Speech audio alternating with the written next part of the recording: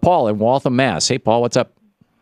I'm doing really well, Tom. Thanks for your hard work. Thank you. I appreciate your program. Mr. Selig was the last. Selig, yeah, like the commissioner. Yeah, he's a little out of touch as well as Mr. Christie, unfortunately. I want to speak about the voting machines. Those definitely need to go. Yeah. There's going to be more of a propensity for shenanigans to go on. Well, I'm wondering, given that Terry McAuliffe was running 5, 6, 7 points ahead of Cuccinelli, I mean, they were predicting a blowout. And there's two things that I'm not seeing any media coverage on. One was that the colonel who was in charge of Guantanamo. Mm-hmm. Now, this guy has a Twitter following because he's now retired, but he was the colonel in charge of Guantanamo through the Bush administration. He tweeted from the voting booth that he was trying to vote for McAuliffe and that 4 times he hit the McAuliffe button and each time the screen said, "Thank you for voting for Ken Cuccinelli." This is like that old Simpsons routine, Yeah.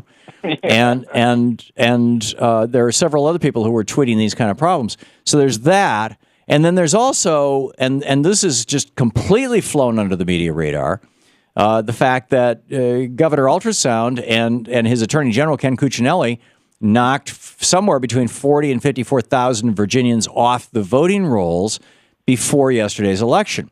So if you've got the Attorney General winning by 151 votes, is this a George W. Bush situation? His brother Jeb knocked 80,000 African Americans off the voting rolls, just weeks before the 2000 election, and that got his brother, George W., within spitting distance, close enough that the Supreme Court could flip the election for him. Did knocking 40,000 or 50,000, and did they very carefully calculate the number that they had to knock off and in what districts? Did knocking all these people off the voting rolls in Virginia set up a situation where these down-ticket races could be flipped Republican when they would have been, more easily won by the Democrats? I don't know the answer, but I'm very, very suspicious of this.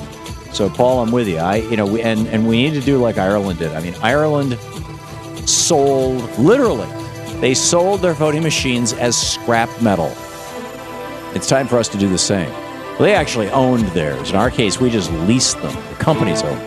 You're listening to the Thom Hartmann Program. Visit ThomHartmann.com for audio and video archives. Which makes it even worse, frankly, because it means when you're voting, you're not even voting on, like the old crank machines. The government bought those machines. Now they're leased.